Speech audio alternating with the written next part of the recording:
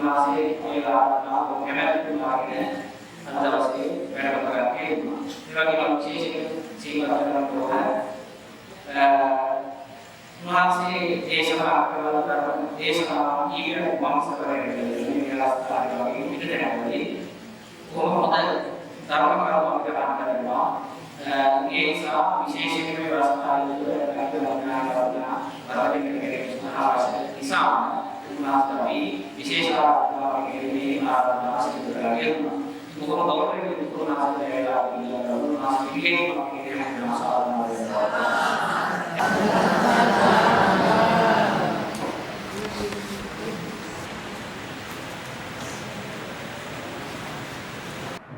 කවුරු සාධනාවේ පාතන සමන්ත චක්කවාලේසු අත්‍රා ගච්ඡන්තු දේවතා සද්ධම්මං මුනි රාජස්ස සුනන්තු සග්ග මොක්ඛදං ධම්ම ශ්‍රවණ කාලෝ අයං භදන්තා ධම්ම ශ්‍රවණ කාලෝ අයං භදන්තා ධම්ම ශ්‍රවණ කාලෝ අයං භදන්තා නමෝ තස්ස භගවතු වරහතෝ සම්මා සම්බුද්දස්ස නමෝ තස්ස භගවතු වරහතෝ සම්මා සම්බුද්දස්ස නමෝ තස්ස භගවතු වරහතෝ සම්මා සම්බුද්දස්ස දුක්ඛස්ස තණ්හාය දුක්ඛස්ස මූලං තීති. ගෞරවනීය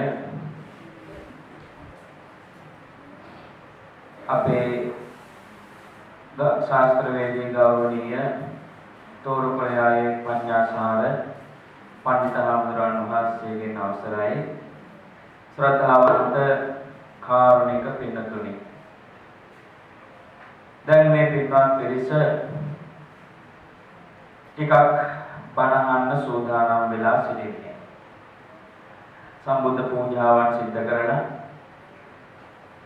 බණ පදයක් අහලා මේ වස් කාලය තුල අපි හැම දිනකටම බොහොම වටිනා කාලයක් හැටියට මේ කාලයේ උපරිම ප්‍රයෝජන මෙලොවත් පරලොවත් දෙලොවටම වැඩදායී පිණිස කටයුතු කරන්නටයි විශේෂයෙන්ම මේ සියලු කටයුතු පින්කම් සූදානම් කරන්නේ.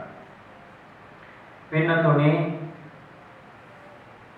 මෙතන ඉන්න මේ පින්වත් පිරිස මම හිතනවා මේ අහන පළවෙනි ධර්ම දේශනාව නෙවෙයි. කොච්චර බණ අහලා තියෙනවද? පළවෙනි බණ නෙවෙයි නේද? අයවොත් මම මේ කොච්චර බණ අහලා තියෙනවද කියලා ගණන් කරලා කියන්න පුළුවන්ද? පුළුවන්? කියන්න බෑනේ. ඇයි ඒ තරමට අහලා තියෙනවනේ. ඒ තරමට අහලා තියෙන නිසා මේ කීවෙනි බණද කියලා කියන්න බෑ. ඉස්සෙල්ලාම අදනම් බණක් අහන්නේ යට නම් කියන්න පුළුවන් මගේ පළවෙනි බණ කියලා. හැබැයි මෙතන ඉන්න හැමෝම ගොඩාක් බණ අහලා පළපුරුද්දක් තියන අය. ඒ නිසා මම බණ අහන්න ඕන කොහොමද? බණ ඇහුවා මොනවද ලැබෙන්නේ කියලා ආය අමුතුවෙන් කියන්න අවශ්‍ය කරන්නේ නැහැ. අපිට පින්නතුනේ මේ බුදුරජාණන් වහන්සේගේ ධර්මයෙන් ලැබිච්ච ලොකුම දේ තමයි මිත්‍යා දෘෂ්ටියෙන් සම්මා දෘෂ්ටිය වෙන් කරලා දැනගන්න පුළුවන්කමක් ලැබුණා. මිත්‍යා දෘෂ්ටියෙන් සම්මා දිට්ඨිය වෙන් කරලා හරියට සම්මා දිට්ඨිය මොකක්ද කියලා හිතා හඳුනා ගන්න පුළුවන්කම ලැබුණා. උන්වහන්සේගේ දේශනාවෙන් තිබෙනවා ද්වේමේ භික්ඛවේ පච්චය සම්මාදිට්ඨිය උපාදාය. සම්මා දිට්ඨිය උපදවා ගන්න කාරණා දෙකක් වමනයි කියලා. ඛතමේ ද්වේ පරතෝච ഘോഷෝ යෝනිසෝච මනසිකාරෝ කියලා මේ දෙක හඳුන්වලා තිබෙනවා. සම්මා දිට්ඨිය ඇති කරගන්න මෙන්න මේ කාරණා දෙක අවශ්‍යයි. හොඳට මතක තියාගන්න. මොකක්ද දෙක? පළවෙනි එක තමයි පරතෝ ഘോഷය. දෙක තමයි යෝනිසෝ මනසිකාරය. මොකක්ද පරතෝ ഘോഷය කියලා කිව්වේ? ටිකක් වචන බරසාරයි නේද? එහෙම එකපාරට කිව්වට තේරෙන්නේ නැහැ කියලා මට හිතෙනවා. අපි ටිකක් බලමු වචන අරගෙන. පරතෝ ഘോഷය කියලා කියන්නේ පර කියලා කියන්නේ මොකටද? අනුන් කියන එක නේද? අනුන්. පර කියලා කියන්නේ අනුන්. ඔය තරහ ගියාමත් කියවනේ පරය කියලා නේද? පරදේශක්කාරය කියලා කියනවනේ. මෙහෙට අයිතැයි පිටින් ආපුවාට අපි කියනවා පරදේශක්කාරය. පිටස්තර බාහිර අනුන් කියන අදහස පර කියන එකේ තියෙනවා. ഘോഷ කියලා කියන්නේ සත්‍යයකටනේ. එතකොට පරතෝ ഘോഷය කියලා කියන්නේ පිටින් එන ශබ්දය. බාහිරෙන් එන ශබ්දය. අපි ඔක තේරෙන විදිහට කිව්වොත් පිටින් බාහිරෙන් එන පණිවිඩය. පිටින් එන පණිවිඩය කියන එක තමයි ඔකේ සරලම අදහස. ඒ කියන්නේ කවුරු හරි කියන එක. කවුරු හරි කෙනෙක් කියන එක තමයි පරතෝ ഘോഷය. දැන් මේ වෙලාවේදී මේ අවස්ථාවේදී මම මේ කියන දේශනාව ඔබට මොකක්ද? පරතෝ ഘോഷය. දැන් කවුරු කියන එකද අහගෙන ඉන්නේ? කාගෙන් එන පණිවිඩයද ඔබ අහගෙන ඉන්නේ? මම කියන පණිවිඩය අහගෙන ඉන්නේ. ඒ කියන්නේ පිටින් එන පණිවිඩය. කාගෙන් හරි එන පණිවිඩය. පිටින් එන පණිවිඩයට අපි කියනවා පරතෝ ഘോഷය කියලා. දැන් මේ පරතෝ ഘോഷය මුලින්ම අපි ඉදිරිපත් කළේ කවුද? බුදුහාමුදුරුවෝ. බුදුහාමුදුරුවෝ කියපු පණිවිඩය නේද අපි දැන් මෙතන මේ කියන්නේ. උන්වහන්සේ ඉදිරිපත් කරපේ පරතෝ ഘോഷය මම මෙතන ඉදිරිපත් කරනවා. එතකොට මෙතන පරතෝ ഘോഷය ඉදිරිපත් කරන්නේ මා විසින්. කවුරු හරි කියන එක. දැන් බුදුරජාණන් වහන්සේගේ කාලයට ගියාම මහා මේ ආගම් 62ක් තිබුණා කියලා කියනවා. ඒ දර්ශනවාද ගොඩක් තිබිච්ච කාලයක්.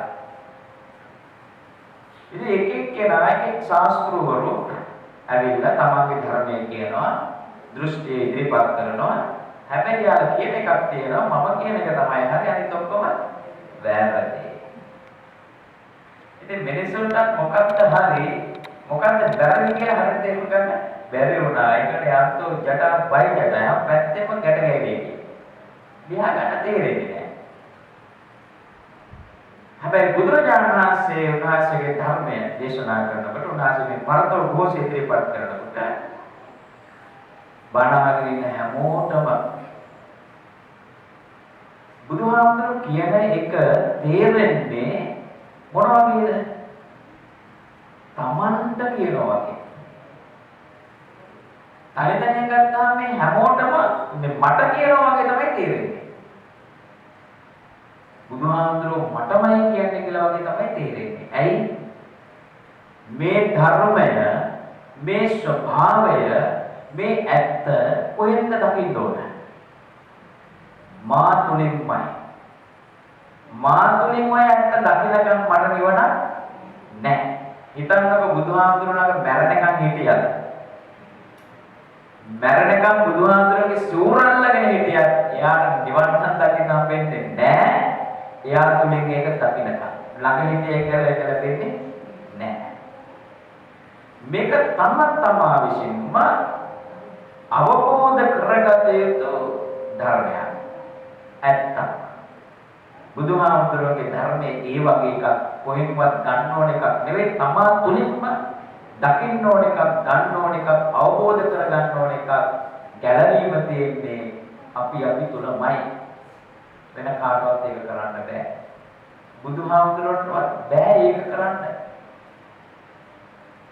බුදුහාමුදුරුවෝ අපිට කලේ මේ ලෝකේ කාට හරි කරන්න පුළුවන් ලොකුම උදව්ව තමයි. අපිට බුදුහාමුදුරුවෝ තමයි ලොකුම උදව්ව කරන්නේ. උන්වහන්සේ අපිට මේ ගැළවීමේ මාර්ගයක් උගන්වලා තියෙනවා. නිවන මාර්ගයක් උගන්වලා තිබෙනවා. මේ සතර දුකෙන් ඈතර වෙන්න අපිට මාර්ගයක් කියලා තියෙනවා. ඒ මාර්ගේ යනවද නැද්ද කියලා තීරණය කරන්නේ අපි. මාර්ගයේ ගියොත් නිවන් හමු වෙනවා, නැත්නම් හමු වෙන්නේ නැහැ. සුප්‍රබුද්ධ මාමනේ දේවදත්ත මස්සිනානේ නිවන් ගියාද? නෑ. බුදුහාමුදුරුවෝ ළඟම ඥාති. බුදුහාමුදුරුවෝ ළඟ පිටු අය. ඇයි බැරි උනේ? බුදුහාමුදුරුවෝ හිටියයි කියලා ඥාතින් කියලා ළඟ හිටිය කියලා නිවන් ලැබෙන්නේ නැහැ. ඒ නිසා මේ යථාර්ථයේ ධර්මයේ තමා තුලින් දකින්න ඕන එක. එසා බුදුහාමුදුරුවෝ බණ කියනකොට මානේ මේ බුදුහාමුදුරුවෝ කියන්නේ මං ගැනනේ. මගේ ස්වභාවය නෙමෙයි කියන්නේ.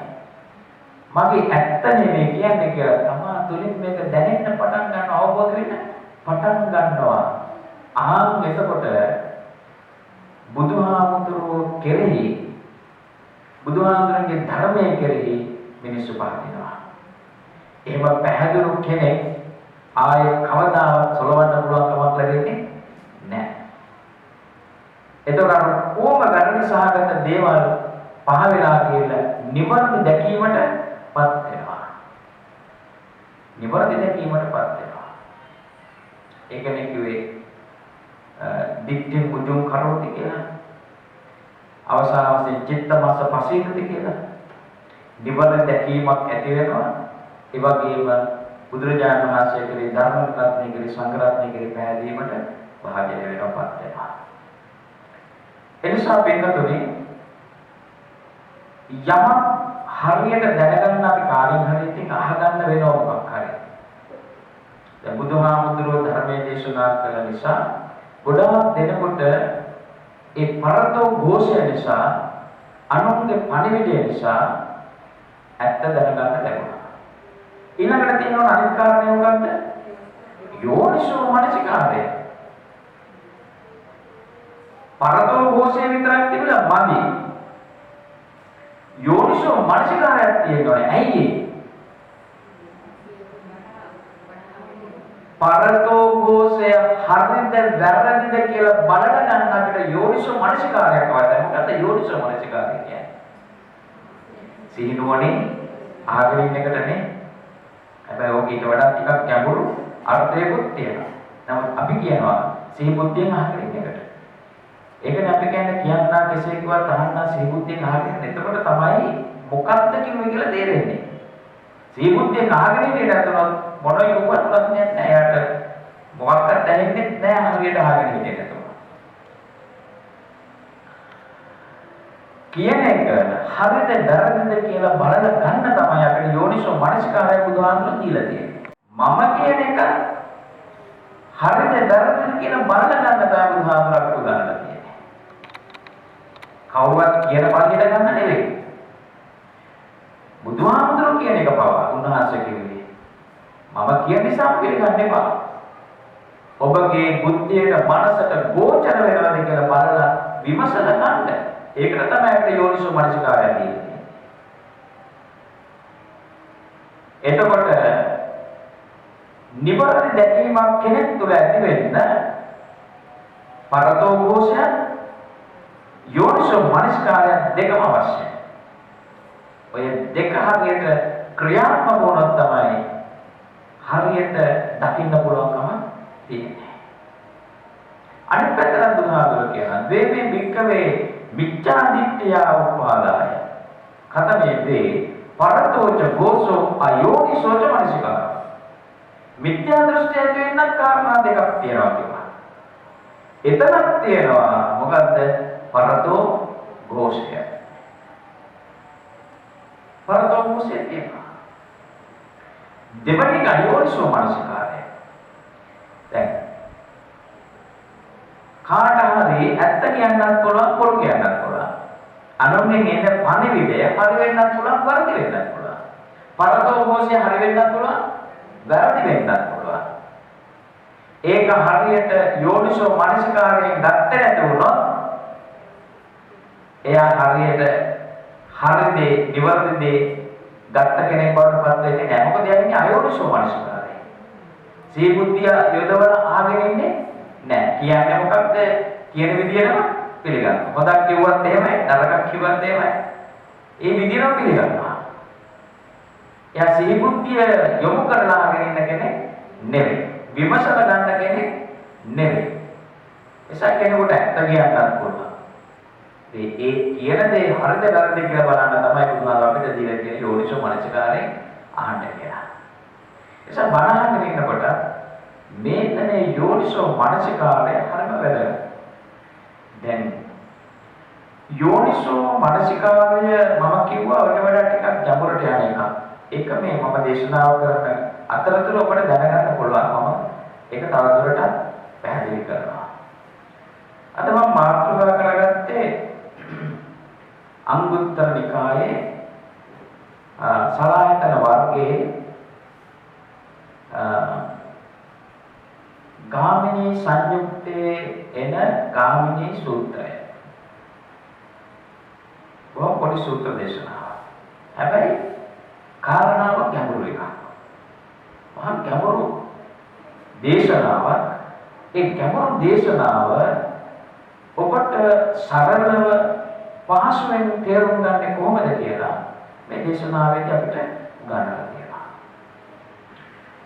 පින්නතුනි මේ දවසක් බුදුරජාණන් වහන්සේ ළඟට මණ්ඩල ජනපදයේ උරුවෙල් දනව්වේ නගරයේ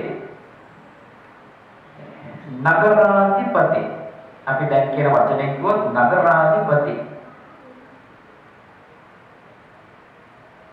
භද්‍රක ගාමිනී කියලා කෙනෙක් බුදුරජාණන් වහන්සේ ළඟට ඇවිල්ලා අහපු වැදගත් ප්‍රශ්නයක් මේ සූත්‍රයේ අඩංගු වෙලා තිබෙනවා.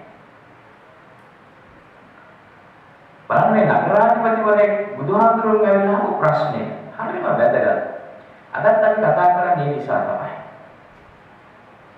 බොහොම දැනුවත් බුද්ධිමත් නගරාධිපතිවරයෙක් බුදුරජාණන් වහන්සේගෙන් ඇවිල්ලා මොකද්ද? බුදුහාමුදුරුවනේ දුක හටගන්නේ කොහොමද කියලා. දුක හටගන්නේ කොහොමද කියලා බුදුහාමුදුරුවෝ ඇවිල්ලා.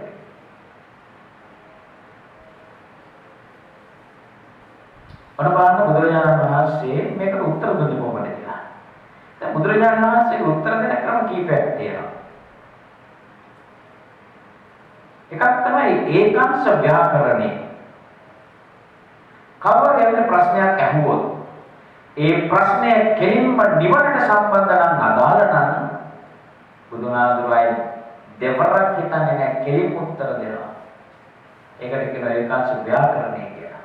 ආ ප්‍රශ්නට කෙලින් උත්තර දෙනවා නිවනට අදාළ නම් සම්බන්ධ නම්. තවත් කෙනෙක් ඇවිල්ලා ප්‍රශ්නයක් ඇහුවොත් එයාට උත්තර දෙනවා පටිකුච්චා ව්‍යාකරණය. උත්තර දෙන්නේ නැතුව එයාගේ ප්‍රශ්නයක් අහලා ඒකට උත්තර ගන්න බලනවා. ඒක අතුන ක්‍රමය. තව ක්‍රමයක් තියෙනවා. උත්තර දෙන්නේම නැති. තපණීය. උත්තර දෙන්න නැතුව පැත්තකම තියෙන කියන්නේ නිවනට අදාළක් නැහැ, මේ ලෝකෙට අදාළක් නැහැ, කිසි ප්‍රයෝජනයකට දෙයක්වත් නැහැ. මොන වගේද? මේ ලෝකේ කෙලවරක් තියනවද කියලා අහුවොත් බුදුහාමුදුරුවෝ තියනවා කියලා කියමුකෝ. කොහොමද කොහොමද? හොයන්න බෑ. බුදුහාමුදුරේ දේශනාව මොකද්ද? අනුමතකෝය සංසාර කෝපා කෝරණ පඤ්ඤායයි. සසර කෝටි කියලා කිව්වේ කෙලවර. කෙලවරට කියන්නේ කෝටි කියලා. න පඤ්ඤායති පාවන්න බෑ. මේ නැති එකක් නෑ කියන්න ලොකු දැනුමක් අවශ්‍යයි. නෑ කියන හොයාගන්න. ඒ නිසා සමහර ප්‍රශ්නවලට බුදුරජාණන් වහන්සේ උත්තර දෙන්නේ නෑ. පැත්තකින්ම තියෙනවා. තව තියෙනවා විපංච ව්‍යාකරණය. බෙද බෙදා වෙන් කර කර සමහර ප්‍රශ්න වලට උත්තර දෙනවා. විපංච උදාහරණ කියනවා වචන විපංච වාදී කියලා නේද? එහෙම බෙද බෙදා හොඳ නරක කුසල අකුසල පින්පව් සුගතිය දුගතිය නේ? එහෙම බෙද බෙදා උන්වහන්සේ ලස්සනට පහදලා දෙනවා. විපංච වාදී කියලා කියනවා. මෙතනදී වර්තක නාමයට ආ ප්‍රශ්න උදා කෙනෙක් උත්තර දුන්නේ නැහැ. කෙනෙක් උත්තර දුන්නේ නැහැ. බුදුහාමුදුරුවෝ පත්‍රකට කියනවා පත්‍රක දැන් ඔය අහපු ප්‍රශ්නෙට මට ඔයාට උත්තර දෙන්න පුළුවන් අතීතයේ උදාහරණ ගෙනල්ලා අතීතයේ දුක ඇතුළා නම් ඇතුනේ මෙහෙමයි කියලා පහදලා දෙන්න. හැබැයි ඒ වුණා මම එහෙම පහදලා දුන්නත් ඔබට විමතියක් සැකයක් ඇති වෙන්න පුළුවන්. ඇයි? විමතියක් සැකයක් ඇති වෙන්න පුළුවන්. විනාඩියයි වෙච්ච දෙයක් නේ. අනේ දිවෝ වුණාද වෙන්නත් එහෙමයි අපිට සැක හිතෙනවනේ. දැන් සුනාමිය 2004 වෙනකන් මොහොත කොට ගන්න එහෙම දෙයක් අපි එච්චරේ ගණන් ගත්තේ නැහැ. පොතේ පතේ තිබුණා කැලණිදි සරජ්ජුව කාලේ දෙයක් වුණා කියලා. හැබැයි ඒක එච්චර අපි විශ්වාස කරේ නැහැ. ඇයි වෙලා ඉවරයි. අදනම් ඒව ප්‍රශ්න තියෙනවා නේද? නෙවෙයිනේ. දැන් බුදුහාමුදුරේ පුතේ කොහෙද? ප්‍රශ්නයක් තියෙනවද නැද්ද? අද ප්‍රශ්නයක් ඇවිල්ලා තියෙනවා බුදුහාමුදුරෝ තිබුණේ කොහෙද කියලා. අපිට නම් ප්‍රශ්නයක් නැහැ. බුදුහාමුදුරෝ ලංකාවේ නෙවෙයි අප්‍රිකාවේ සෝමාලියාවේ නයිජීරියාවේ ඔය මේ පුදුනත් අපිට ප්‍රශ්නයක් නැහැ. අපිට වැදගත් මොකද්ද? ධර්මය. ධර්මය අපිට ලැබිලා තියෙනවා. බුදුහාමුදුරේ ඔය පිළිච්ච අපි සාමාන්‍ය ඉතිහාසය ගැන දැනගෙන තියෙන විදියක් තියෙනවා. උපදිච්ච තැන වලට වැඩිය ධර්මයේ වඩන්න පටන් ගන්න. එතකොට බුදුහාමුදුරුවෝ දකින්න හරිම ලේසියි. ඔච්චර අමාරු නෝන නෑ ඔකට. යෝ ධම්මං පස්සති සෝමං පස්සති බුදුහාමුදුරුවෝ වදාළේ එහෙමයි. යමෙක් ධර්මයේ දකින්නද යාමාව දකින්න කෙනෙක්. හරියට බුදුහාමුදුරුවෝ දකින්න පුළුවන් ධර්මයේ දන්න කෙනෙකුට. බුදුහාමුදුරුවෝ කුයි වගේ කෙනෙක්ද කියලා හරියටම තේරෙන්නේ වෙන්නේ ධර්මයේ තුලින්. උන්වහන්සේගේ දේශනා කරන ධර්මයේ තුලින්. යෝ මං පස්සති සෝ ධම්මං පස්සති කියලා පැත්තට දේශනා කළා කියලා. මාව හරියට දැක්කනම් ආයා ධර්මයේ උතර දැක්කේ තමයි. එසා අපිට සැකයක් තියෙනවා. ඇයි ඒ සැකය ඇතිලා තියෙන්නේ? වෙලා ඉවරයි. වෙච්ච දෙයක් නේ. බලන්න බුදුහාමුදුරුවෝ එහෙමවත් සැකයක් තියන්නේ නැතුව තමයි මේකට උත්තර දෙන්න හදන්නේ. ඒ වගේම බද්දලක ඔයා අහපු ප්‍රශ්නෙට මට උත්තර දෙන්න පුළුවන් අනාගතයෙන් දුක ඇතිවෙන නම් ඇති වෙන්නේ මෙහෙමයි කියලා උදාහරණ සහිතව පෙන්නලා දෙන්න. ඒත් ඔබට සැකයක් විමතියක් ඇතිවෙනවා. ඇයි? තාම උනේ නැහැ. නේද?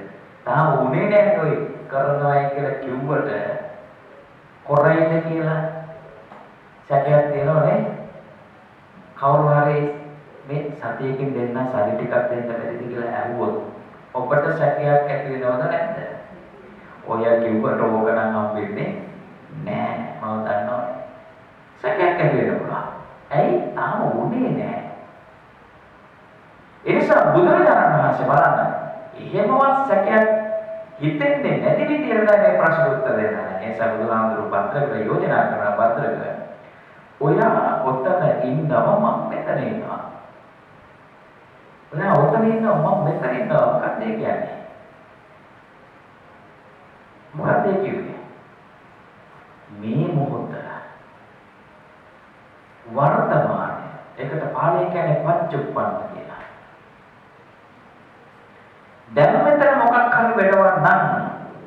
අපිට සැකයක් නැහැ.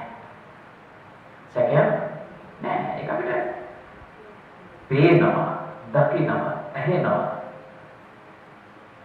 ඒ නිසා අපිට සැකයක් නැහැ. ඒ නිසා බුදුරජාණන් වහන්සේ මේ ප්‍රශ්නෙට උත්තර දෙන්න හදන්නේ පච්චුප්පන්නේ.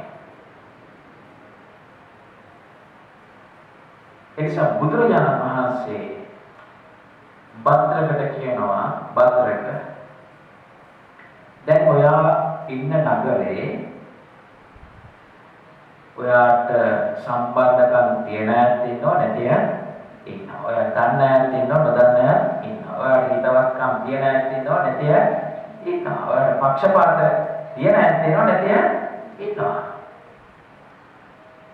භද්‍රක ඔයාට සම්බන්ධකම් තියෙන කාට හරි කරදරයක් විපත්තියක් දුකක් ගැහැටක් ඇති වුණොත් ඒක ඔබට දැනෙනවා. භද්‍රක කියනවා බුදුහා මට දැනෙනවා. මම දන්න කෙනෙක් නේ. මට සම්බන්ධයක් තියෙන කෙනෙක් නේ. එයාට මොකක් කරුණා මට දැනෙනවා. නැත්ද? දැන් මෙතන ඉන්න අයට සම්බන්ධකම් තියෙන හිතවත්කම් තියෙන කාට හරි මොකක් හරි වුණොත් දැනෙනවනේ. ඒ දුක දැනෙනවා. ඊට පස්සේ බුදුහාමුදුරුවෝ කියනවා බුදුහාමුදුරුවෝ මේ භද්‍රක ඔයාට සම්බන්ධකම් නැති වර්තන්නේ නැති කාට හරි ඒ වගේ කරදරයක් විපත්තියක් දුකක් ගැහැටක් ඇති වුණාම ඒකත් ඔබට දැනෙනවද? අනේ බුදුහාමුදුරුවෝ මට දැනෙන විදියක් නැහැ නෝ දන්නේ නැහැ. මට දැනෙන්නේ නැහැ. දැන් මේ වෙලාවේ ලෝකේ කී දෙනෙක් මැරෙලා මේ මොහොතේ ලංකාවේ උනත් කී බලක මලකවල් තියෙනවා ඇත්ත අම්මලා තාත්තලා නැති වෙලා ඒ දරුවෝ ශෝක වෙමින් අඬමින් වැළපෙමින් ඉන්න ඕන තරම් නැති හැබැයි අපිට ගාණක්වත් තියෙනවද අපිට ගාණක් ඇයි සම්බන්ධයක් නැහැ දන්නේ නැහැ හිතවත්කම නැහැ හැබැයි හිතවත්කමක් සම්බන්ධතාවයක් තියෙන ලංකාවේ ලෝකෙ කොහේ හරි කෙනෙකුට කරදරයක් විපත්තියක් දුකක් හිතුණා නම් ඒක අපිට දැනෙනවා. ඇයි? සම්බන්ධයක් අපිට තියෙනවා. බුදුහාමුදුරුවෝ ඊළඟට අහන ප්‍රශ්නේ තමයි වැදගත්ම ප්‍රශ්නේ. මොකක්ද? භද්‍රක. ඔයාට සම්බන්ධයක් තියෙන දන්න හිතවත් කාට හරි කරදරයක් විපත්තියක් දුකක් ගැහැටක් ඇති වුණාම ඒක ඔබට දැනෙන්න එහෙම සම්බන්ධයක් නැති නොදන්න කාට හරි කරදරයක් විපත්තියක් දුකක් ගැහැටක් ඇති වුණාම ඒක නොදැනෙන්න හේතුව මොකක්ද කියලා අහුවා. පැනලා යන බැරි ප්‍රශ්නයක් බුදුහාමුදුරුවෝ ඉර වෙන ප්‍රශ්නයක් ඇහුවා. භද්‍රකට එක පාරට කඩනවා මොකද්ද? බුදුහාමුදුරනේ මට චන්ද්‍රාගයක් තියෙනවානේ. ඒකනේ මට දුක දැනුනේ. බලන්නකෝ බුදුහාමුදුරුවෝ කියනවල දෙන්න ඕන උත්තරය භද්‍රකගේ කටින් පිටුණා. එතෙන්ට තමයි බුදුරජාණන් වහන්සේ මේ සාකච්ඡාව මෙහෙයුවේ. බලන්නකෝ දැන් ප්‍රශ්නේ අහගෙන ආපු කෙනාම උත්තරේ දීපු ලස්සනයි. බුදුහාමුදුරුවෝ එතෙන්ට මේ සාකච්ඡාව මෙහෙයුවා. භද්‍රකට තේරුණා මොකද මෙයා නිකන් කෙනෙක් නෙවෙයි බුද්ධිමත් කෙනෙක්. මට සම්බන්ධයක් තියෙන කෙනෙකුට මොකක් හරි වුණොත් ඒක මට දැනෙනවා. ඒ දුක දැනෙනවා. සම්බන්ධයක් නැති කෙනෙක්ට මොකක් වුණත් මට දැනෙන්නේ නැහැ. එහෙනම් මේකට හේතුව මේක තමයි කියලා එහා තුලින්ම පැනගත්තා. උත්තරය ආවා. යම් කිසි ප්‍රශ්නයකට තමා තුලින් උත්තරය එනවා නම් අවබෝධයටපත් වෙනවා නම් ඒක තමයි නියම යෝනිසෝ මනසිකාරය කියලා කියන්නේ. යෝනි කියන්නේ උපදින තැන. මේ මානසිකාරය මේ සිතිවිල්ල ඇති වෙන්න ඕන කොහෙද? තමන්ගේ මනසේ. තමන්ගේ මනසින් මේක ඇතුණා නම් මේ දෙක යන හොඳට තේරෙලා තියෙන්නේ. තේරුම් ගන්න පුළුවන්කම තියෙන්නේ. ප්‍රශ්නෙට උත්තරේ තමන්ටම තේරුම් ගියා නම් ඒක යා හොඳට තේරුම් අරගෙන තියෙනවා. බලන්නකො. බුදුහාමුදුරුවෝ බුදුහාමුදුර කෙතෙන්ට මේ සාකච්ඡාව මෙහෙුවේ. බුදුහාමුදුර දෙන්න ඕන උත්තරේ තමයි මේ බද්දක කිව්වේ. යෝනිස්මේ චන්දරාගය කියලා. චන්දරාගය කියන එක අපිට නම් ටිකක් අලුත් වචනයක් තමයි. නමුත් ඒ කාලේම අලුත් වචන නෙවෙයි. පාවිච්චි කරන වචන. අපි චන්දරාගය ගැන ටිකක් ඉස්සරහට බලමු. දැන් බද්දක බුදුහාමුදුරන්ට කියනවා මෙහෙම. දැන් මෙයාට තේරිච්ච විදියට එයා බුදුහාමුදුරන්ට කියනවා. මොකක්ද කියන්නේ? බුදුහාමුදුරනේ මට පොඩි පුතෙක් ඉන්නවා. එයා චිරවාසී කියන්නේ දුරවාසී කරනවා. ඉස්සර ළමයි උගන්වන්න ගුරුවරයාගේ ගෙදර නවත්තනවා. ඔය දිසාපාමොක් ඇතුළතුමා ගැන කියනකොට නේද? ළමයි එතුමා ගාව නවත්තලා තමයි කරන්නේ.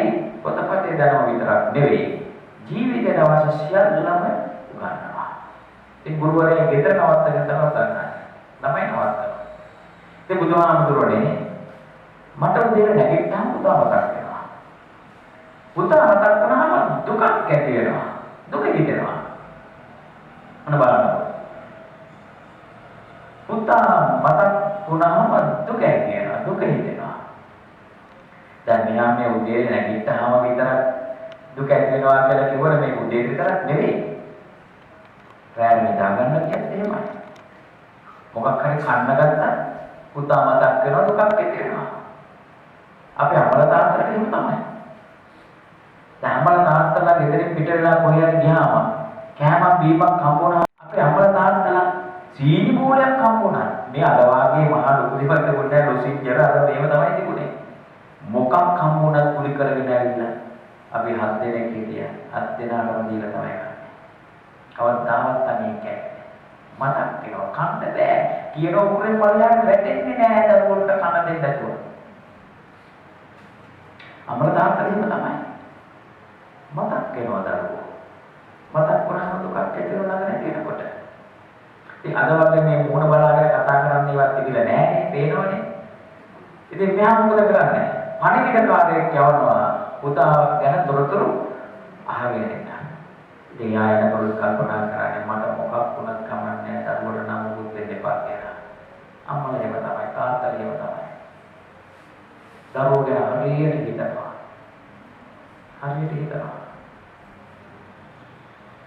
ඉතින් පණිවිඩකාරයා ඇවිල්ලා කිව්වම පුතා මදෙන් ඉන්නවා කියලා. එතකොට තමයි ස්පාසුවක් දැනෙන්නේ. මොකද්ද මෙයා බුදුහාමුදුරට මේ කිව්වේ? දුක දැනෙන්නේ දුක හිතෙන්නේ මොන වෙලාවකද? මතක් වුණොත්. මතක් වුණේ නැත්තම් දුකක් නැහැ. මතක් වුණේ නැත්තම් ප්‍රශ්නයක් නැහැ. මතක් වුණොත් තමයි ප්‍රශ්නේ. මතක් වුණොත් දුකයි. මතක් වුණේ නැත්තම් දුක නැහැ. ඒ කියන්නේ බැඳීමට සම්බන්ධයට ආවම දුකයි සම්බන්ධයක් නැත්තම් දුක නැහැ කියන එක මෙයාට තේරෙන විදිහට උදාහරණයක් කිව්වේ නැහැ. එයාගේ ජීවිතේ උදාහරණයක්. එයාට තේරෙන විදිහට. තව ටිකක් මේක බුදුහාමුදුරුවෝ තේරුම් කරලා දෙන්න ඕන නිසා මේ මහා බද්දරට දැන් ඔය චිරවාසීගේ අම්මා ඉන්නවනේ. ඒ කියන්නේ බද්දරගේ නෝනා. ඔය නෝනා ඔයාට හම්බ වෙන කලින් මුණ ගැහෙන කලින් මේව කෙනෙක් ලෝකේ ඉන්නවදවත් කියලා දන්නේ නැති කාලේ නේ හැම වෙනකන් අපි දන්නේ මේව කෙනෙක් හිටියයි කියලා. දැන් මෙතන උනත් සමහරකට මන් දකින්නකම් දන්නේ නැහැනේ මේ මහාඳුර කෙනෙක් ඉන්නවා කියලා. දැකලා තියෙනවා නම් කවුන්නේ දැකමු නැති කෙනෙකුට එහෙම දන්නේ නැහැ මේ මහාඳුර කෙනෙක් ඉන්නවා කියලා. අන්න ඒ කාලේ එයාට කරදරයක් විපත්තියක් දුකක් ගැහැටක් ඇති වුණා නම් ඒක ඔබට දැනුණද කියලා. අනේ බුදුහාමුදුරුවෝ මට දැනෙන්නේ කොහොමද? මම දන්නේ නැහැ. බලන්න. මොන වුණත් එයාට ඒක දැනෙන්නේ නැහැ. ඒක සම්පත්තියක් නෑ දන්නේ නැහැ. බුදුහාමුදුරුවෝ දැන් එයාට කරදරයක් විපත්තියක් දුකක් ගැහැටක් ඇති වුණා මොකක් හරි. ඔයාලට දැනද බුදුහාමුදුරුවෝ මොනවද කියලා මට වුණා වගේ දැනෙනවා.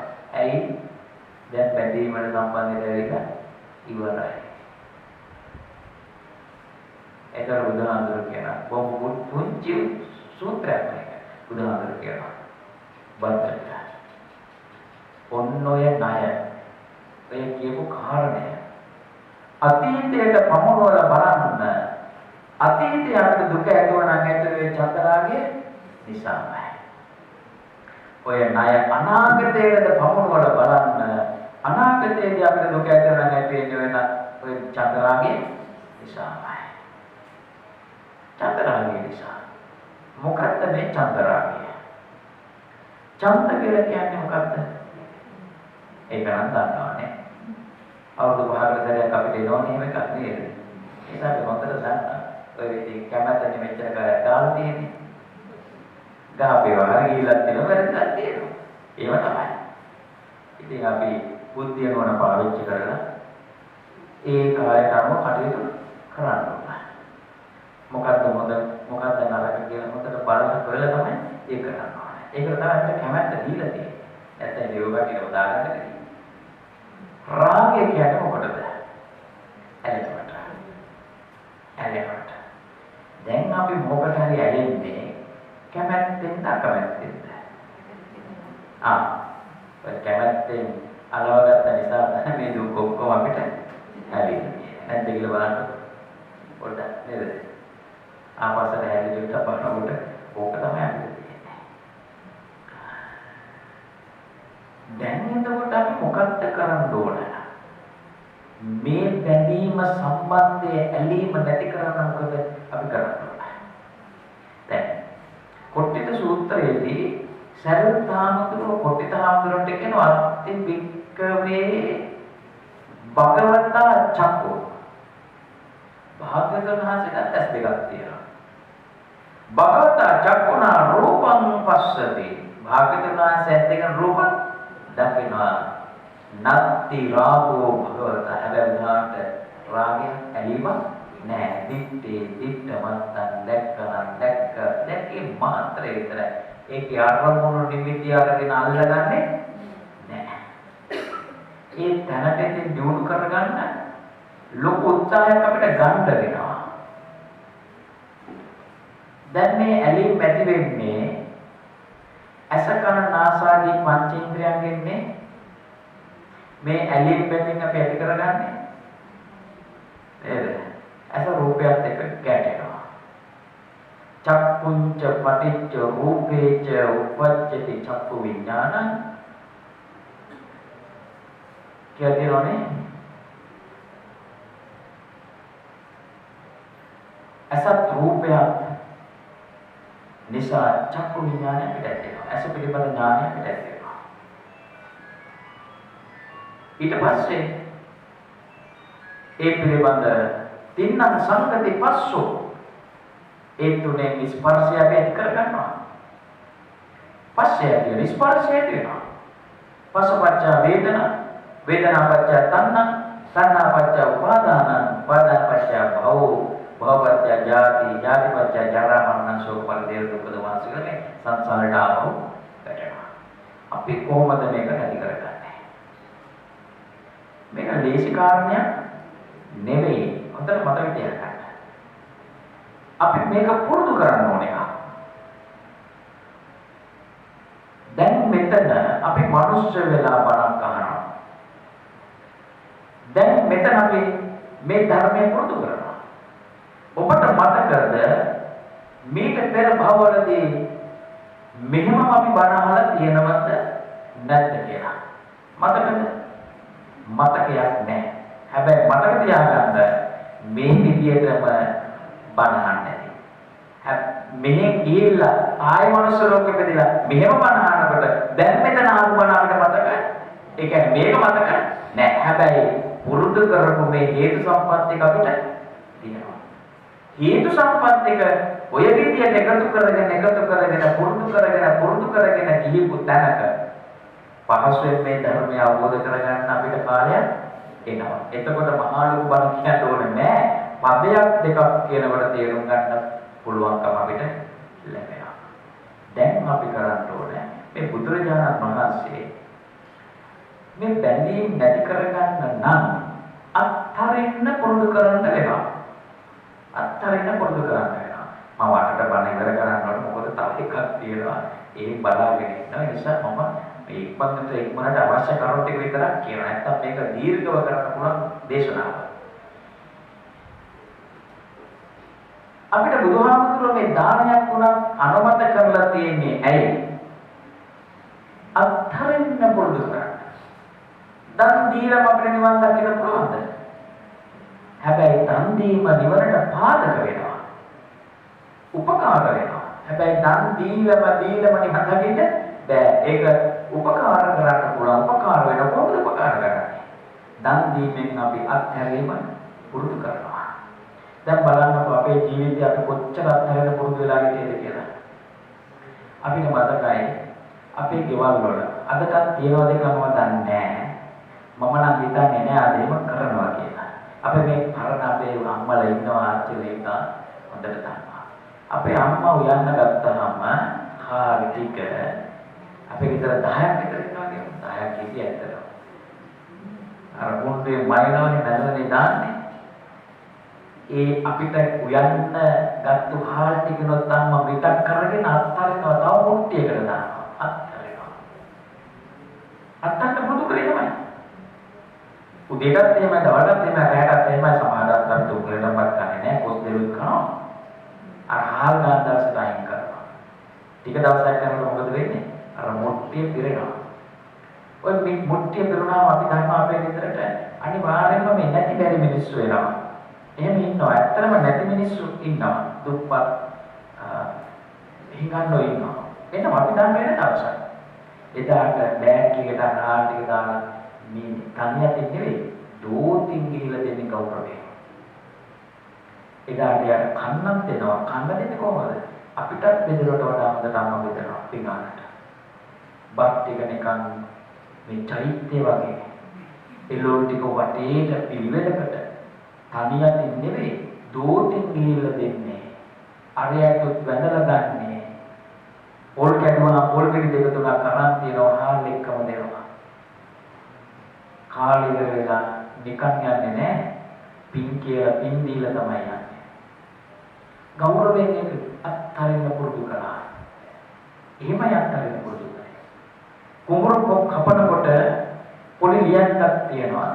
ඒ ලියන්න අපි කුඹුරු කපන්නේ නැහැ. ඒක ඉතුරු කරනවා සත්තුන්ට. අපිට බෙදපු බත් පිඟානේ ගුලියක් අපි වෙන් කරලා පැත්තකින් තියනවා. මොකටද? පෙරේතට කන්න නෙවෙයි. පෙරේතට ගුලියක් දීලා දෙන්න පුළුවන් නම් හොඳයි. පෙරේතට ඒව කන්න පුළුවන් නම් අපිට උයන් හම්බෙන්නේ මේකට අරින්න හම්බෙන්නේ නෑ වටේට කාවි අපිට පෙන්නේ නෑ. සත්තුන්ට Tamanta කන්න ගත්ත පත්පතේනොත් අපි අත්හැරෙනවා. කඩේට ගිහිල්ලා ඇවිත් ඊටු සල්ලි පොඩි කැටයකට දානවා. ඒ සල්ලි අරගෙන වන්දනාව යනවා පින් කැටයකට දාගෙන යනවා. නැත්තම් ගවයේ එළුවේ විනාශ කරනකොට කුකුලේ ඒකට දෙනවා. අර ගවයේ කුකුළු එළුව ගෙදරට ඇවිල්ලා කාලා යනවා පොස්ට් එකක් වත් ඉරි ටික අයින් තියලා තියෙනවා. කාලා සත්‍ය නැති යනවා. සතුටු වෙනවා. අපිත් ඕක විනාශ කරන්න සම්මාන වුණා නේද කියලා. ආන්ගෙමයි පුරුදු කරන්න ඕනේ. ටික ටික පුරුදු කරන්න ඕනේ. මේක එකපාරට මේ දැන් කියලා හිත දෙන්න ඔක්කොම අතර යන්න මොනවද? එහෙම පුළුවන් හේතු සම්පත් දිනු කරලා තියෙන කෙනෙකුට. අර මැලේසියාවේ ට්වින්ස් ටවර් එක තියෙනවනේ මහා කෝටිපති ව්‍යාපාරිකයා. එයාට එක පුතා ඉන්නේ. ඒ පුතා ඔක්කොම දාලා දීලා ආරන්න බාරලා ඉන්නවා. ඒ වගේ සමහර අය ඉන්නවා ඔක්කොම ඥාතින දීලා පැවිදිලා ඉන්නවා. විමුක්ති ශ්‍රේෂ්ඨවන. එහෙම කරන්න පුළුවන්කම තියෙන මෙන්න මේ වගේ සසල පුරුදු කරපු හේතු සම්පත් තිබුණා තමයි. ඒ නිසා ටික ටික නමුත් අපි දෙන්න පුරුදු වෙන්න ඕනේ. දැන් ඉන්නේ ගන්නොත් රුපියල් ටිකක් දීලා දෙන්න පුළුවන්ද? දීපු මිනිහට බයිනවා. ඔය නිකන් නෙවෙයි. එදා එහෙම නැහැ. පින් දීලා නමස්කාර කරලා හරි ගෞරවයෙන් මේක කරේ. අපිත් ඉතින් දුන්නොත් දීලා පැත්තකට වෙන්න ඕන. ආයෙ පස්සෙන් යන්න එපා. දුන්නා නම් ඊට සකස් කරගෙන දෙන්න මූමේ කරගෙන ගිහලා මොනවද කරන්නේ කියලා පස්සෙන් යන්න ඕනේ නැහැ. එහෙනම් නොදීන්න. දීලා සතුටු වෙන්න. ඕක මොකක් කරත් මට ප්‍රශ්නයක් නැහැ. එහෙම දෙන්න හොඳ නැහැ කියලා හිතනනම් නොදීන්න ප්‍රශ්නයක් නැහැ. දීලා සතුටු වෙන්න ඕනේ. දීලා සතුටු වෙන්න. ඒක ලෝකෙට පේන්න නෙවෙයි. තමන්ගේ හිතට හදවතට දැනෙන විදිහට දුන්නා නම් ඇති. ලෝකෙට පේන්න නෙවෙයි. තමන්ට දැනෙන එක දෙන්න පුළුවන්. කොහොමද කොච්චරද කීයද ඒ තරමට කියලා. බැරි ගන්න දෙන්න යන්න එපා. කවුරු හරි කරන බලන්නද ඒ විදිහට කරන්න ඕනේ නැහැ කිසිම කෙනෙක්. තමන්ට පුළුවන් විදිහට සතුටෙන් ඒක කරන්න. බත් සරලවක්ද? බත් ඇටයක්ද? එහෙම දෙන්න. ආයේ ණය වෙලා කරන්න ඕනක් නැහැ. පුළුවන් විදිහට හිතේ සතුටින් අත්හැරලම දෙන්න. අත්හැරලම දෙන්න. පුරුදු කරන්න. පුරුදු කළොත් අපිට කරන්න බැරි දෙයක් නැහැ. දැන් මෙතන ඉන්න මේ වයසට අපේ අම්මලට තාත්තලට බැට් එකක බෝල් එකක් දුන්නොත් ගන්න පුළුවන්ද? ඔය බෝල් එක බැට් එකේ වැදිලා කොහෙද යාවේ නේද? හැබැයි ටිකක් පුරුදු කරලා ගත්තොත් එහෙම. ටිකක් පුරුදු කරලා ගත්තොත් ටිකක් පුළුවන්. පුරුදු කරොත් බැරි නෑ. මම දැන් මේ කියන්නේ මේක ගන්න පුරුදු වෙන්නේ නෙවෙයි හොඳයි. ඕනම දෙයක් පුරුදු කරොත් පුහුණුනොත් ඒකේ දක්ෂභාවයක් හැකියාවක් අපිට ඇති වෙනවා. ඒකට තමයි මේ පුහුණු වෙන්නේ හැමතිස්සෙම. පුහුණු නැත්තම් පුහුණු කරලා ගන්නවා. නේද? ඒක තමයි. ඒක පුළුවන් වෙනවා. ඒ නිසා අත්තරින්න නම් බැඳීම් වලින් නිදහස් වෙන්න නම් අපිට අත්තරින්න වෙනවා. අරින්නේ නැත්තම් අපිට කවදා මේ දුකෙන් නිදහස් වෙන්න වෙන්නේ නැහැ. ආයේ මේ සසරට වැටුණොත් ආයේ දුකම තමයි අපිට උරුම. දැන් බුදුරජාණන් වහන්සේගේ ධර්මයේ ගොඩක් තැන්වල දුක ගැන කියලා තියෙනවානේ. හැබැයි බුදුහාමුදුරුවෝ කොයිලාවත් අපිට කිව්වද දුකේ ඉන්න කියලා? දුකේ ඉන්න කියලා අපිට දේශනා කළේ නැහැ. බුදුහාමුදුරුවෝ හැමදෙස්සම උත්සාහ කළේ මේ දේශනාවක් කළේ මේ දුකෙන් නිදහස් වෙන්න. ඒ කියන්නේ සැපයක් ලබන්න කියන එකට. ඒ පරම සැපය තමයි නිවන කියලා කියන්නේ. ඊට වඩා සැපයක් නැහැ. පරම සැපයක් වෙන්න තරමාස මේ දේශනාව කරලා තියෙන්නේ. දුක ගැන කියලා තියෙනවා. ඇත්තටම මේ ලෝකේ දුකක් තියෙනවා. සමහර වෙලාවට මෙහෙම කිව්වම කෙනෙකුට හිතෙන්න පුළුවන් අනේ හාමුදුරුවෝ කියලා තරම් දුකක් අපිට නැහැ. මේ කොච්චර ලස්සනට අපි සතුටින් ඉන්නවද කියලා. හොඳට කාලා කියලා සැපෙන් ඉන්නවට හිතෙන්න පුළුවන්. ඔතේ කියන තරම් දුකක් අපිට නෑ කියලා හිතෙන්න පුළුවන්. හැබැයි මේකනේ. මේ භවයේ අපිට දුකක් නැති වෙන්න පුළුවන්. මේ ජීවිතේ ගිනිලා සසර කොහෙද වැටෙන්නේ කියලා තාමත් කවුරුවත් දන්නේ නෑ. සතර අපායට කියන වැටුණොත් දුක් වල කෙලවරක් නෑ. මේ භවයේ නැතුණත් වෙන භවයකදී අපිට එන දුක් ගැන අපිට කියන්නත් බෑ. ඒ ටික අපි හිතමුකෝ. නිකමට හිතන්න දැන් මේ ජීවිතේ ඔන්න බලන්න. අපි හැමෝටම ඇස් දෙකක් දිනස් දෙකෙන් රූප බලනවා. ඔය පේන ඇස් දෙක පොඩ්ඩක් හරි පේන නැතුව ගියොත් දතර ගාවට දුවනද නැද්ද? කන්නඩ දෙකක් ගන්නවද නැද්ද? අර ගන්නවා දාගන්නවා. බැරි වෙලාවත් ඇස් දෙක පේන්නේ නැතුව ගියොත් එහෙම ස්වභාවිකව ඇස් නොපෙනියන්න පුළුවන්. කරදරයකින් විපත්තියකින් අනතුරකින් ඇස් පේන්නේ නැතුව යන්න පුළුවන්. හිතනවාද එහෙම වෙන්නේ නැහැ කියලා. මේ පේන ඇස් දෙක නොපෙනී ගියොත් එය මොකක් හරි දෙයකින් දුකයි නැද්ද? එහෙම වෙන්නේ නැහැ කියලා අපිට කියන්න පුළුවන්ද? ඒ අනතුර අපි ඉස්සරහා තියනවා අපි කවුරුත් ඒ අනතුරෙන් නිදහස් නැහැ. ඇහෙන කන් දෙක ඇහෙන්නේ නැතුව ගියොත් දුකක් තියෙනවා. කතා කරන අපිට කතා කරගන්න බැරුව ගියොත් එහෙම වෙන්නේ නැහැ කියලා කියන්න පුළුවන්ද කාටවත්? ඒ අනතුර අපි ඉස්සරහා තියනවා. ඒකෙන් අපි කවුරුවත් තාම නිදහස් නැහැ. මේ වැඩ කරන අතක් නැති වුණොත් ඇවිදින පාදයෙන් පාදයක් නැති වුණොත් සමහර දෙකම නැති වුණොත් දුකයි නැද්ද? දුකයි, ඊට දුකයි. එහෙම වෙන්නේ නැහැ කියලා කාටවත් කියන්න පුළුවන්ද? දැන් මේ යනකොට මොකක් වෙයිද කියලා අපි දන්නවද? කියන්න බෑ. එතකොට කොහොමද අපිට දුකක් නැහැ කියලා කියන්නේ? මේ අනතුරු ඔක්කොම අපි ඉස්සරහට තියෙනවා. මේ හොඳට ඉන්න අපිට සුව කරන්න බැරි අසනීපයක් ඇති වුණොත් එහෙම වෙන්නේ නැහැ කියලා අපිට කියන්න පුළුවන්ද? මේ මට කියන්න පුළුවන්ද? සුව කරන්න බැරි අසනීපයක් හැදුනොත් එහෙම අසනීපයක් තියෙනවා කියලා අහුවත් ඇති අපිට දුක් වෙනවා. හැදිච්ච කෙනාට විතරක් නෙවෙයි ළඟින් අයටත් මහ දුක. ඒකෙන් වේදනාව විඳින්න පටන් ගත්තාම එක්තැන් වෙන්න වුණොත් එහෙම දුකයි නැද්ද? ඉතින් කොහොමද අපි කියන්නේ මේ ජීවිතේ දුකක් නැහැ කියලා? මේ අනතුරු ටික ඔක්කොම අපි ඉස්සරහා තියෙනවා. ඒකකින් මට අපේ නිදහස් නැහැ. කරපු නැති වරදකට අහුලා දඬුවම් විඳින්න සිද්ධ වුණොත් එහෙම අපි දුකටපත් වෙනවා. හැමෝම වැරදි කරලම නෙවෙයි ඉන්නේ. සමහරට අහු වෙනවා. කරපු නැති වැරදි වලට අහු වෙලා ඔක්කො කරගන්න බැහැ. ඒ නිසා හිතනොත් දුක් වෙනවා කරපු නැති වරදකට නේද මම මේ දඬුවම් විඳින්නේ කියලා අනිත් එක දඬුවම් වෙනොත් එහෙමයි. ওই දෙපැත්තෙම සමහරවල් දුක් විඳින අය ඉන්නවා. ඒ නිසා දුකක් නැහැ කියලා අපිට කියන්න බෑ මේ ජීවිතේ. ජීවිතේ දුකයි. එතකොට මේ දුකෙන් නිදහස් වෙන්න තමයි බුදුහාමුදුර අපිට මේ ධර්මයක් දේශනා කරලා තියෙන්නේ. ඒ නිසා මම හිතනවා බෞද්ධයෝ තමයි සැපයෙන් ඉන්න ඕනේ.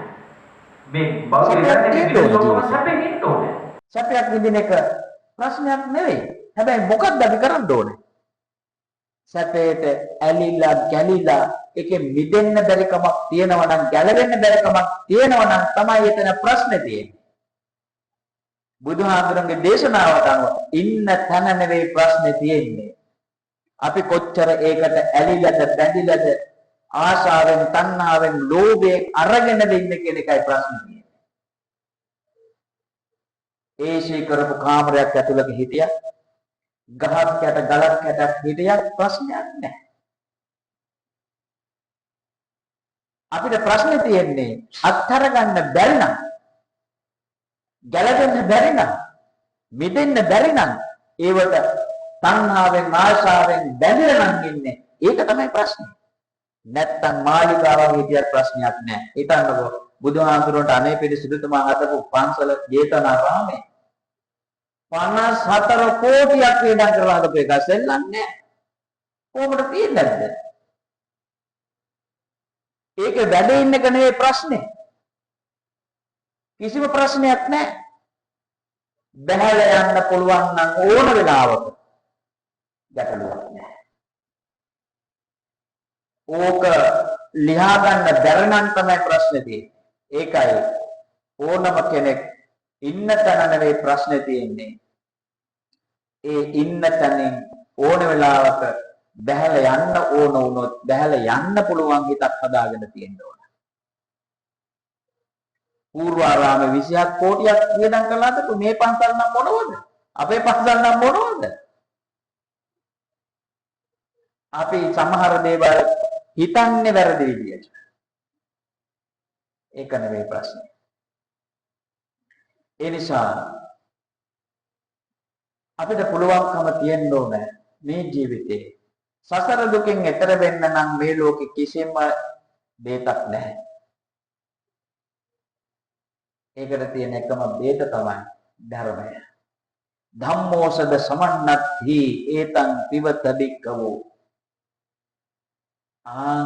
සසර දුකෙන් එතර වෙන්න තියෙන්නේ සංසාරයෙන් එතර වෙන්න තියෙන එකම ඖෂධය තමයි ධර්මය. ආන්ගේ ධර්මයේ නැමැති ඖෂධය පානය කරන්න කියලා බුදුහාමුදුරේ දේශනා කළේ. ඒ කියන්නේ අපි අර මේ දැන් බෙහෙත් බොන වගේ බොන එකක් නෙවෙයි. ධර්මයට අනුව ජීවත් වෙන්න, හැසිරෙන්න, කටයුතු කරන්න, පිළිපදින්න කියන එකයි. ඒ හැරෙන්නට වෙන ක්‍රමයක් අපිට නැහැ. ගැලවෙන්න ක්‍රමයක් නැහැ. සසරට වැටුනොත් මේ හැම දුකක්ම අපිට උරුමයි. ඒකෙන් අපිට ගැලවෙන්න පුළුවන් කමක් නැහැ. එහෙමනම් මේ දුකට මුල තණ්හාවමයි. අපි ඔක නන්දිය කියලා කිව්වත්, ලෝභය කියලා කිව්වත්, චන්දරාගය කිව්වත් ඔය වචන ඔක්කොගෙම මේ කාරණේ ප්‍රකාශ වෙනවා. එනිසා පින්නතුනි අපේ ජීවිතය තුළ අපිට යමක් මුණ ගැහෙනවා නම් අත්හරින්න ඕන පැත්තට පුළුවන් විදියට අපි ඒකට පුරුදු කරන්න පුහුණු වෙන්න සම්බන්ධ වෙන්න ඕනේ. එහෙම තමයි මේ සසර දුක් කෙලවර කරන්න අවශ්‍ය කරන මාර්ගය අපිට ලබා ගන්න පුළුවන්කම තියෙනවා. ඒ නිසා මම හිතනවා මේ කියපු කාරණාව පැහැදිලි ඇති කියලා.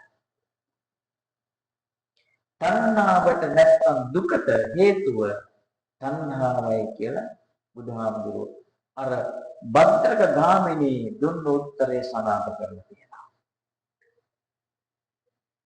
දැන් මේ බද්දකගේ ප්‍රශ්නෙට බුදුහාමුදුරුවෝ කෙලින්ම උත්තර දුන්නා නම් අහපු වෙලාවෙම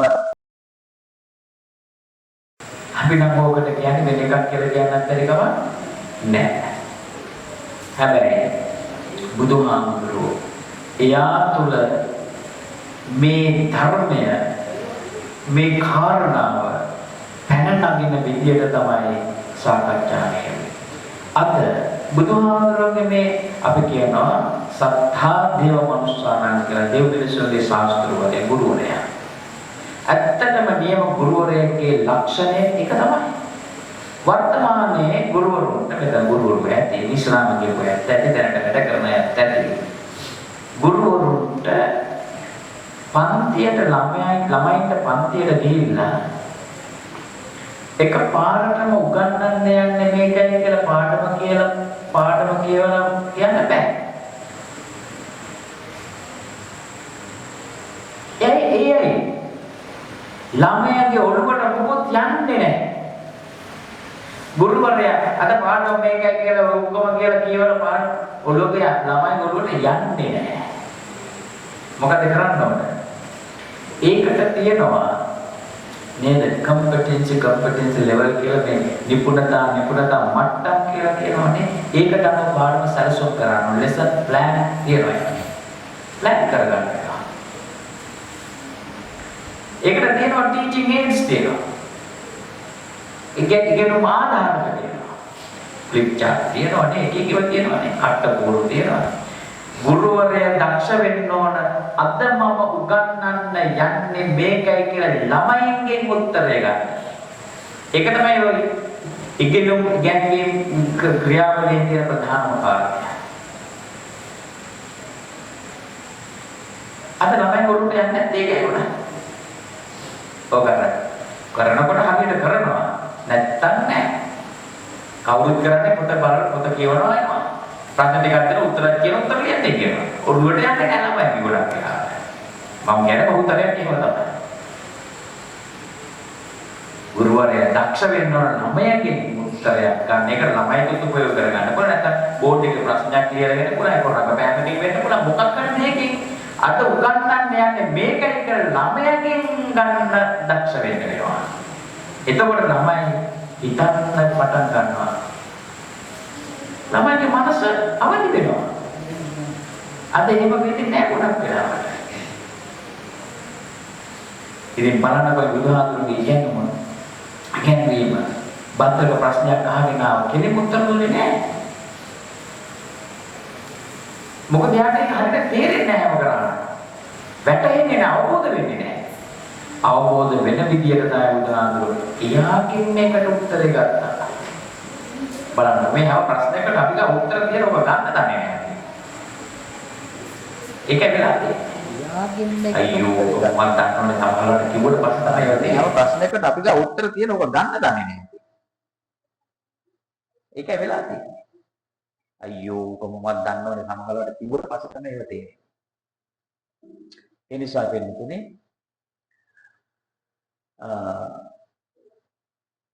මේ දුක් වලට ඔක්කොම හේතුව තමයි ඇලීම බැඳීම.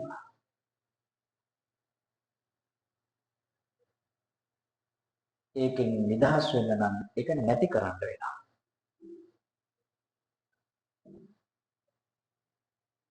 බීජය නිසා පැලයක් හටගන්න පුළුවන්. බීජය නැත්තම් පැලයක් නැහැ.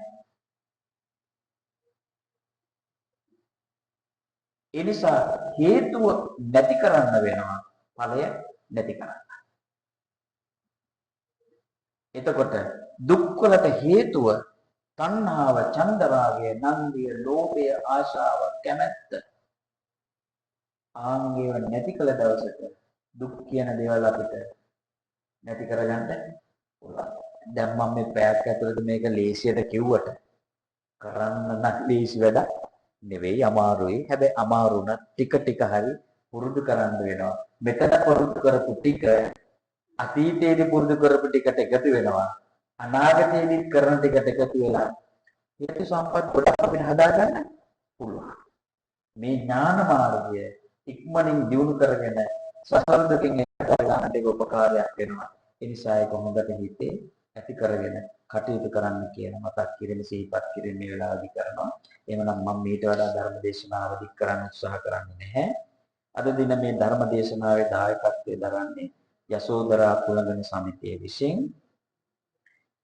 දෙලිගල්ලේ අපිට මතකයි මේ විහාරස්ථානයේ වැඩ සිටිය නායක හාමුදුරුවෝ පඤ්ඤාරතන නායක හාමුදුරුවෝ. මට පුදුම ලෙන්ගතුකමක් තිබුණා. උන්වහන්සේට පිරිතක් මොකක් හරි පිරිතක් විශේෂම වුණා වුණත් මට දුරකථනයෙන් කතා කරනවා. හරියම ගුණයහපත් කතා කරන ලීලාව. උන්වහන්සේගේ දේශනා ලීලාවන් හරිම කැමතියි. දාන ගෙදරක ගියත් උන්වහන්සේ බණ කියන ගබුක්කා බුදුරන් ගොඩක් වාට කරනවා. මම හරි ආශාවෙන් අහගෙන ඉන්නවා. හරි ලස්සන උන්වහන්සේගේ දේශනා විලාසය. උන්වහන්සේ පන්සලට ආවත් උන්වහන්සේ මහා නායක හාමුදුරුවෝ කෙනෙක්. අපි මහා පොඩි හාමුදුරුවෝ. හැබැයි උන්වහන්සේ දක්වන සැලකිල්ල හරිම වටිනවා. උන්වහන්සේගේ ලක්ෂණ තිබුණා. උන්වහන්සේ සිහිපත් කළ පින් අනුමෝදන් කරන්න මේ විහාරස්ථානයේ වැඩ සිට අපවත් වී වදාළ සියලුම නායක හාමුදුරුවන් වහන්සේලා සිහිපත් කළ පින් අනුමෝදන් කර මේ පන්සල ආරම්භ කරපු දවස් ඉඳලා මේ දක්වාම විහාරස්ථානයේ වෙන අපකට වෙලා දියුණුවට සියලු දේවල් කරපු සතර පීරේ දායකයන් ඉන්නවා. අපි දැකපු නැති ආපු නැති මේ හැම දිනාටම යසෝදරා කුලගණ සමිතියේ සියලු දෙනා නමින් පාවතකී වෙච්ච හැම දෙනාට මේ බණ අපේ හැම දෙනා නමින් පරලෝකීය වෙච්ච සියලු ඥාතීන්ට අපේ පඤ්ඤාසාර පඬිත හාමුදුරන්ගේ නමින් අපගේ මව්පියන් ඇතුළු මියගේ හැම දෙනාටත් පරලෝක වශයෙන් අපි පින් අනුමෝදන් කරමු. ඉතින් මට මේ දේශනාව සඳහා ආරාධනා කළේ මාස ගානකට ඉස්සෙල්ලා මම ඒතකොට ලංකාවේ තියෙන අපේ හාමුදුරුවෝ ඕස්ට්‍රේලියාවේ ගියේ. උන්වහන්සේ ආරාධනාව සිද්ධ කළා. මම මුකුත් ආබාරගෙන නැහැ, මට වදින්න පුළුවන් කියලා. උන්වහන්සේ මම මේ විහාරස්ථානට මීට කලින් වැඩම කරලා තියෙනවා. පඤ්ඤාසාර හාමුදුරුවෝ අපි සෑහෙන කාලෙක ඉඳලා අඳුනන්නේ සහ වැඩ කරන්න එකට දැනුගත් වැඩ කරන්න පුළුවන් බුදුරණන් වහන්සේලා. දක්ෂ හාමුදුරන් වහන්සේලා. ඒ උන්වහන්සේ අපිට යමක් සිහිපත් කරන අතු උන්වහන්සේට යමක් සිහිපත් කරනවා. අපි බෙදා හදාගෙන කටයුතු කල්යාණ මිත්‍රතාවයෙන් සාසනික වශයෙන් සමාජීය වශයෙන් ජාතික වශයෙන් රටක් හැටියට එක වෙලා අපි සිද්ධ කරනවා. සවනවාසේ ඒ ආරාධනාව පින්වත් ඔබ හැම දිනාගේම අනුග්‍රහය දායකත්වයෙන් යසෝදරා කුලගණ සමිතිය සිවුරනාට පඤ්ඤාසාර හාමුදුරුවෝ ඔබ හැම දිනාට මේ උතුම් පින්කම් බල බලයෙන් නිදුක් නිරෝගී භාවයේ චිර ජීවනයේ යහපත සංසේල දියුණුව මෙලොවින් ඇති වේවා. පරලෝක සංසේල සුගතිය කෙලවරුතුම් නිවනින් සංසේනට දීපින් හේතු වේවා වාසනාව වේවා ප්‍රසාරය ප්‍රාර්ථනා කරමි. ආකාශට්ඨා චුම්මට්ඨා දේවානාගා මහිද්దికා පුඤ්ඤන්තං අනුමෝදිत्वा චිරං රක්ඛන්තු සම්මා සම්බුද්ධ ශාසනං චිරං රක්ඛන්තු සම්මා සම්බුද්ධ දේශනං චිරං රක්ඛන්තු සම්මා සම්බුද්ධ ශාසනං ධර්ම ශ්‍රවණය කිරීමෙන් දාපස පූජා කිරීමෙන් දැක්ක කරගත් සියලුකින් නාමනාමකේවලා පරසංසය දියුණු පිණිස පරමසං සිල් සුඛේ පිණිස උතුම් වූ නිවනින් සනසිල්ල පිණිස වේවා ප්‍රසාදය කවුරුත් එක්කම වැඩ කරන අභිවාදන සීලිස නිච්ඡං බුද්ධා පචායනෝ තථාරෝ ධම්මා වද්ධන්ති ආයුවන්නෝ සුඛං බලං ආයුරාෝග්‍ය සම්පatti සග්ග සම්පatti මේවච අතෝ නිබ්බාන සම්පatti ඉමිනාතේ සමිච්ඡතු